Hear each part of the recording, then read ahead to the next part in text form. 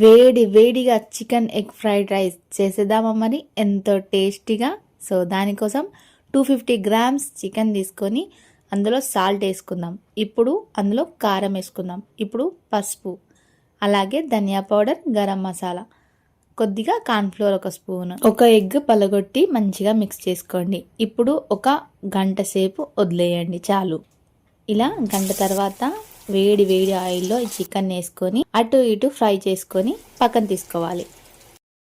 ఇప్పుడు ఒక ప్యాన్లో 2 ఎగ్స్ తీసుకొని పలగొట్టుకుందాం. ఇప్పుడు ఒక 2 నిమిషాల పాటు అలాగే కదలకుండా కలిపిన తర్వాత అందులో ఆనియన్స్, పచ్చిమిర్చి, క్యారెట్ని వేసుకొని బాగా ఫ్రై చేసుకుందాం. ఇప్పుడు అందులోనే కారము, సాల్ట్, పసుపు వేసుకుందాం. ధనియా powder, garam masala, pepper powder వేసుకొని మనం ఆయిల్లో ఫ్రై చేసుకున్నవి చికెన్ ముక్కల్ని వేసుకొని మంచిగా కలుపుకుందాం.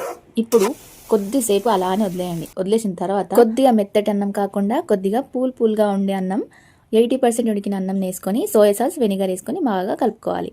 ఇప్పుడు చూడండి వేడి వేడిగా చికెన్ ఎగ్ ఫ్రైడ్ రైస్ ఎంత పొగలు కక్కుతుందో.